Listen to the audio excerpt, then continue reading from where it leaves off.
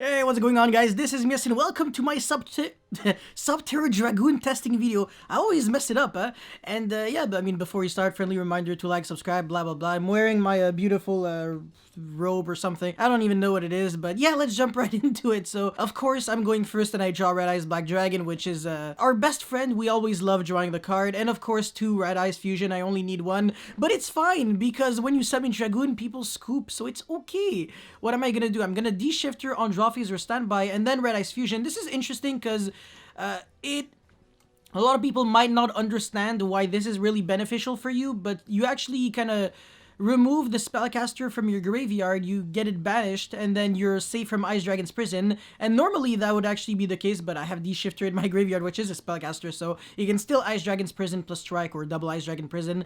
But if I had something like a Dimension Fisher or Macrocosmos, and then I activated Red Eyes Fusion, would have been a kind of a different story. But anyways, I set 1 and pass. Of course, Dragoon plus a Floodgate is way more than enough, especially when my opponent has a super bad hand.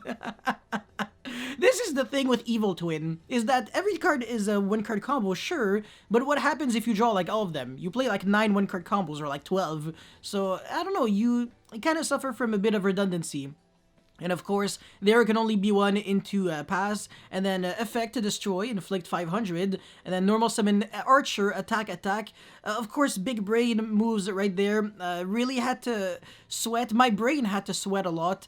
My opponent actually goes for the Silent Mining because he thinks I'm stupid enough to actually negate it, which is hilarious. Searches an extender that doesn't extend since you're locked under 1 Cybers only. Summon, but again, I don't care since I can just destroy it. And then I can just negate that and lost connection, but in reality, it means he surrendered and rage quit. Beautiful, let's get into replay numero 2. Going first again, this replay is actually gonna take 10 years because I can't actually predict what kind of cards he has. And besides, if I played this out poorly, I probably would have lost in a different way, but it's actually hilarious how he has so many useless cards. I mean, the Statue of Anguish pattern is actually an extremely good card. In case you haven't read it, basically every time you summon a trap monster, you get to pop a card your opponent controls, and against a deck like Subterror, this is shockingly kind of good since this is also untargetable. I don't know why in the frick he actually tried to destroy Hidden City, like out of every card to destroy right there, but he added a lot of pops on Statue of Anguish pattern because this is not once per turn, so I really have to dodge the Dragma Punishment, but he has even more cards to keep special summoning,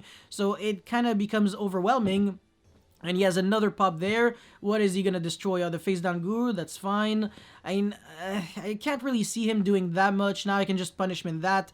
Destroy the new set, or the Statue of Anguish pattern, because now that he doesn't have any other trap monsters, I can actually destroy it. And I mean, he can chain the freaking Cyber Shadow Guard now, but it won't do anything. And then Dinomissus is going to banish my Fiendus because I have to successfully put myself face down in order to resolve, so it's kind of annoying. There's just no other way around it, and I didn't want to chain the final battle to make my monster face down because then he wouldn't have to discard, and I wanted him to neg as much as possible because this Fiendus staying on the field wouldn't have mattered that much. And yeah, I mean, I can still jump over this Dinomiscus, so the Cyber Shadow Gardna is doing absolutely nothing outside of making me waste my time every time. Ha ha ha. And yeah, he drew that really interesting card. So the angel statue, oh my god, Azurune, or the weeping idol. I forgot the name, but yeah, the Doctor Who statue, the one where if you blink you die. Really cool, by the way. That's kind of one of the only things I know from Doctor Who. I didn't watch that many episodes, but it's fine. I watched the most important ones. And yeah, again, making me waste more time with Cyber Shadow Gardna, not doing anything productive. I don't know why I attacked. I'm just stupid, but I mean, nothing new there. And finally, I can actually kind of... I didn't know this had another effect where it actually destroyed the monster that destroyed it. What the heck? This card is so cool. You can negate summons. You don't even have to send itself to the graveyard. You can send other cards and then destroy. That's so sick. I love this card so much. Anyways, let's get into the next replay. I'm going first, but my opponent has an extremely good hand. I have D-Shifter, so whatever. I'm just gonna pass there. He has Conquistador, so I really thought he was just gonna set it and pass. that kind of would have made a lot of sense, because if you draw like any spell or trap, your Eldlich has a lot of value. But to be fair, I guess not doing it also has some form of merit too. My hand sucks ass because he ashed the Guru, and I feel like I should have normal summoned this turn 1, so I could have summoned this on turn 2 and then make Anaconda into Dragoon. So definitely something that I messed up, but it's fine because the punishment had to be used on his turn anyway, so I wouldn't have survived too long. And oh my god, the DD Crew on Wind Pegasus at Ignistra as well. That he has everything, man. I have nothing. I'm on top deck mode. He has 2 hand shops and Scarlet, so I really can't do too much. I need to play perfectly to have a chance to win, and this is a good card. I mean, I can actually crash, get the Guru, and then him summoning Eldlich doesn't matter at all to me, so now I can search for Final Battle. I only have Final Battle, Fiendus, and Thingy on the field, so... And he top decks the freaking Barrage! Like, oh my god, give me a break, I can't do anything. Now I have to use the double Book of Moon effect, which is still good, because I can block an attack, and then sponge an attack, so the 2 Eldlich aren't going to deal, like, damage to me, only the Skullmeister is, and this is actually going to lead to his downfall, because he has 2 form of interruptions right there. One of them is not really good, the DD Crow, but he has the Conquistador, so if I can bait this Conquistador, I win the duel. And do you see it? Do you see how I can OTK my opponent? Well, I have Final Battle on the field, and I have Fiendus. Fiendus is a 1-card link to if you can actually flip a monster. So, Anaconda into Dragoon, pop pop, deal 5,000, attack over Skullmeister, and my friends, this is game. I actually managed to make a comeback, despite being screwed and definitely opening less than optimal against this guy. I feel like him summoning the Skullmeister was not the correct move, although he probably didn't see like the game state being like going this far, so I can kind of understand his perspective. I feel like he also didn't try to use his extra deck too much, because he had 2 Eldlich that he probably could have used to make the train monsters and stuff. He didn't really try to do that. And he also could have used the Graveyard effect. No, actually, no, sorry. He actually couldn't have done that. The Store Blade going into face-down defense, I mean, whatever. There was nothing he could have done about that. And, yeah, I mean, my Fiendus really had to be that follow-up card, so, you know. Anyways, that's really cool. I managed to win. Let's get into the next replay. I'm going second this time. His hand is just way too good for me. Tenki, Duster, 2 Chaps, and a Hand Chap. I mean, I'm not doing much. Especially since I didn't draw too well. So the thing here, though, however, that I have to say is that there's technically a way I can win. If I have Hidden City, he can actually destroy it, and then I go triple tactics, steal the Drancia, and then make a Zeus with a lot of materials, and the Zeus itself might actually enable me a, you know, victory. But no, I can't do any of that. The mother fricker also has Imperial Order, so yeah, it's fine though. There was no way I was winning this game. It doesn't matter whether I win, I play correctly or not.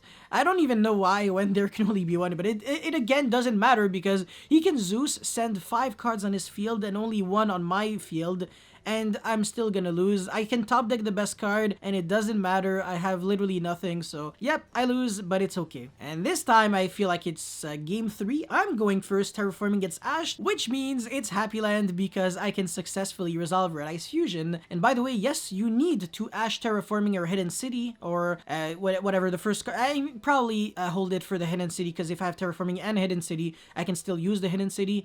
And the reason for that is because it gets me a negate that allows me to successfully resolve the Red Ice Fusion, so don't really, you know, try not to, yeah, don't play it safe, you know. Hand trap the first thing that actually scares you. And top deck Cosmic Cyclone is ass cheeks because he doesn't really have too much. Scarlet and Conquistador doesn't do anything against Dragoon. Eldlich can only have 35, so he's not outing this anytime soon, especially since I can actually ash the Scarlet, or I can negate the Graveyard effect of Eldlich, so he's really not winning this game anytime soon. Alright, this is pretty pathetic. I D-shifter, and out of every freaking deck that I could actually D-shifter, it obviously had to be Thunder Dragons, but I'm like, I mean, hopefully he doesn't have Batteryman Solar, because that would be like a 1-card FTK for me and I would just die. But yeah, he doesn't have he doesn't have it, and I know that he plays Thunder Dragons, so I have to Ash Allure of Darkness. Otherwise, it's the end of the world for me. And of course, he's really good at the game, so he top decks Solar, which is the only playable card for him. So of course, Gold Sark for Roar. I literally have to Book of Moon, otherwise he has 2 monsters on the field. He summons a token as well, and that would be overwhelming for me. So yeah, I mean, he passes with literally fuck all. So that's actually pretty hilarious. I'm pretty sure I can have game here. Yeah, I actually have game. Ironically. Oh wow, that's pretty funny. Oh no, then never mind that. Yeah, no, actually I do have game. Summon Dragoon, pop, and then increase attack, and that would be definitely a lot of damage. So yes, I am going first again, but I am not winning all of those dice rolls. I'm telling you, I'm losing more dice rolls than you think. It's just people are making me go first blind on game 1, because in the internet you don't really have to be too afraid of that. If you lose a game, it's not the end of the world. It's not like real life, so you can afford to play going second decks and do some risky things. Right now I'm playing against Fluffals, and yeah, he scoops because there's no way he's winning. The 2 first cards that I showed him were Hidden City and Radius Fusion, and then Pot of Prosperity. It's really hard to be in a good mood, especially when I excavate There Can Only Be One, so this game is already over. Fun and interactive. That's the number one thing that you have to remember from this video, is that Subterror Dragoon is a deck that really promotes back and forth interactions, really allows your opponent to have a fair chance at actually playing the game. And yeah, it's really not cancer. No, negate, how many cards in hand, I don't care, negate, and yeah, strike, negate, and then next turn it's just gonna be attack, bunga, you don't need a brain. Yeah, I mean, I can actually be stupid and win with this deck, which is absolutely beautiful. So yeah, now I'm just gonna book myself and then flip myself, get a search, set some trap cards, because we love purple. We really love purple. Everything that is purpley is beautiful. My opponent is not going to do anything productive. I'm just gonna Book of Moon his ass, and he's gonna pass, which is hilarious. And this is actually really cool. That's a thing that you can do when you actually have another Subterror. Instead of actually doing effect negation prevention, you can actually say flip face up and then chain to flip face down, and then on resolution flips face up because it actually doesn't target your Subterror. So that's actually really cool. And yeah, again, let's get into the next one. Traptrix. That's a trap deck, huh? That's a trap deck. How many trap cards is that? Approximately not enough. Ironically though, if he went first, it probably would have been much better for him. He would have had quite a lot of plays at his disposal. Yeah, it would have been Sarah plus a trap plus... it would have been like double rank 4. That's pretty damn insane. But the deck, of course, built like that, I can't really see it doing anything going second.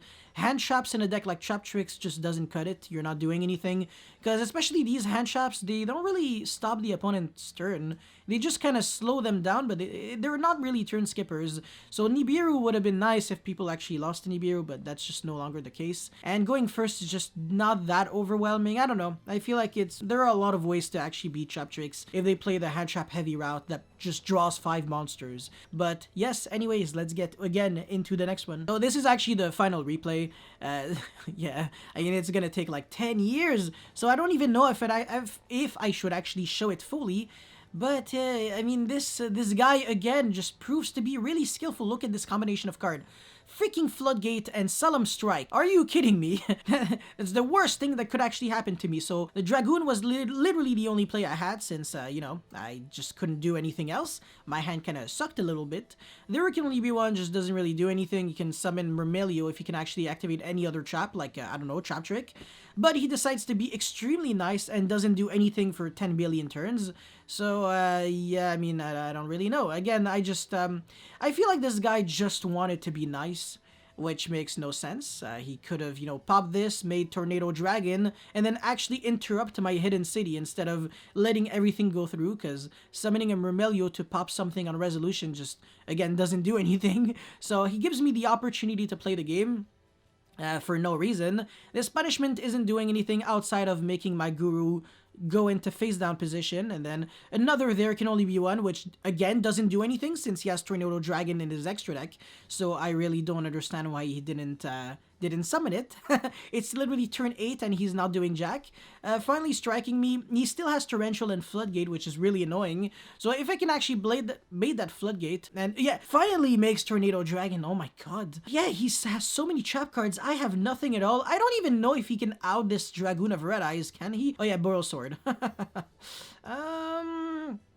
Yeah, he's even playing the Dragma cards. Oh wow, that's actually kind of scary.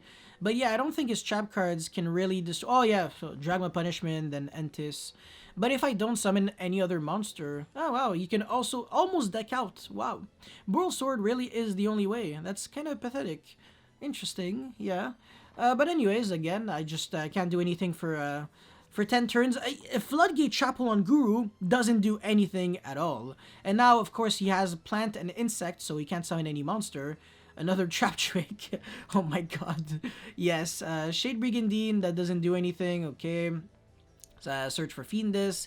So now I actually kind of have the upper hand because I have a monster that can always have 34. But again, I don't know why he's not trying to do anything like Boil Sword or something like that. Maybe he's scared of traps. I don't know. Solemn Strike. Solemn Strike was ironically not doing anything. So if he summoned a Link 2, that actually just... that kind of would have backfired on him. But this Sarah is just so good, man. It's unaffected by my traps. Fiendus just doesn't do anything because it doesn't destroy. So next turn he... oh my god, this play... oh no, this play. All of that just so you can torrential and clear your own monster. And now, as you can see, there is no way for him to actually out a Dragoon. All these traps are not Floodgate plus Strike, so I can finally win the game 10 years later. 22 turns that it took for me to actually be able to use the Dragoon. Ridiculous. Yeah, it tries to ash me. No, I'm just gonna negate. Even if you have strike, I don't care. Undestructible by card effect, and you're going to reduce your life points to 500, and it doesn't matter what I get. So, see how this, I think this was, why didn't I attack? I forgot. It had to be for a good reason. But, nah, yeah, maybe it was, on the, wait, I forgot. But anyways, that's it for my, Subterror Dragoon testing video. If you guys have any comments or feedback, let me know in the comment section below. Don't forget to like and subscribe because it motivates me a lot to keep making videos like these. That's pretty much it. Thank you for watching. I'll see you next time. Peace.